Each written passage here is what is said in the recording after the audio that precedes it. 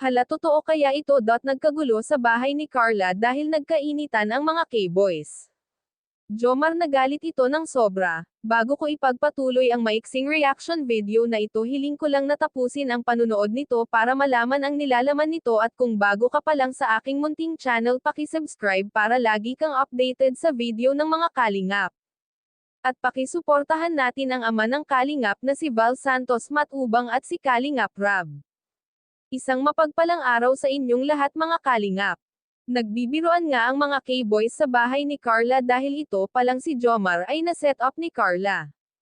Walang kaalam-alam si Jomar na ang bitbit pala niya na regalo ay para sa kanya talaga. Nagulat si Jomar nang buksan ang regalo, may pera ito na nakaikot sa regalo.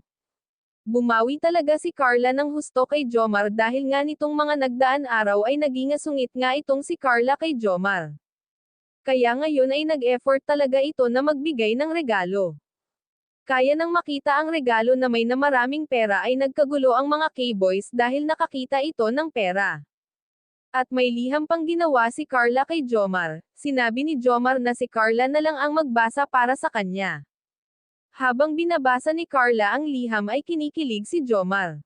Pati tuloy mga viewers ay kinilig sa tambalang Jomcar na tatanggal daw ang stress na kanilang nararamdaman.